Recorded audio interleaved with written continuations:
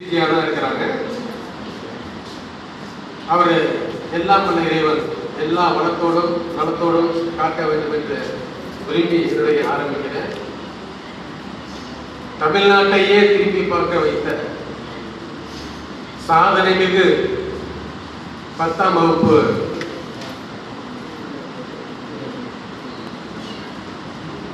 எங்களுடைய புகழை பரிசாக்கி கொண்டிருக்கிறது.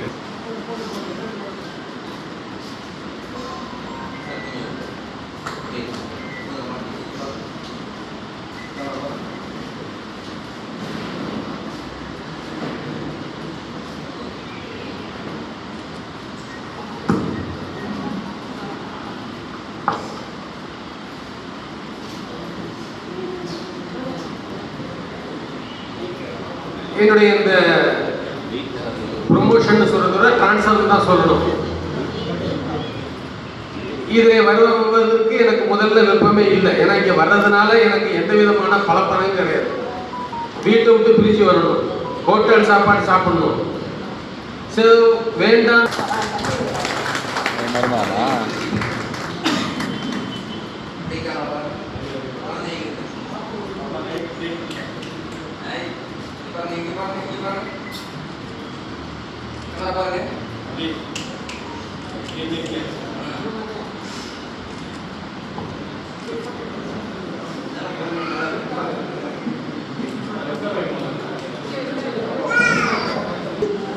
நான் ஆசிரியராக வந்த போது தொடக்கத்தில் நான் போட்டிருந்தேன். அதற்கு அப்புறம் தான் முடிவு பண்ணினேன், நாம ஏழை மாணவர்கள் படிக்கிறவர்களுக்கு முன்னாடி நம்ம பாடம் எடுக்கிறோம். யூனிஃபார்ம் டிஎஃப்னு சொல்லும்போது நாம அந்த குழந்தைகளுக்கு எந்த விதமான ஆதங்கத்தை ஏற்படுத்திடக்கூடாதுன்ற ஒரு எண்ணம் எப்போ வந்துச்சோ அன்னைக்கே நாங்கள் நிறைய போடுறது கிடையாது. அதுக்கப்புறம் எவ்வளவோ எத்தனையோ சந்தர்ப்பங்கள் அவங்க முயற்சி பண்ணாங்க, நான் அதை ஏற்றுக்கொள்ளலை. இது இப்போ ஒரு பிரச்சனை இல்லை, நான் வாத்தியார் இல்லை, அதனால பயமா இருக்கலாம். ஆனால் ராக்கெட் நேரத்தில் வெளியே போகிறப்ப தான் பயமா இருக்கு. எப்படி ஒரு 10 லட்சம் ரூபா மதிப்புள்ளதாக இருக்கும்னு நினைக்கிறேன். சரி, பார்த்துக்குவோம்.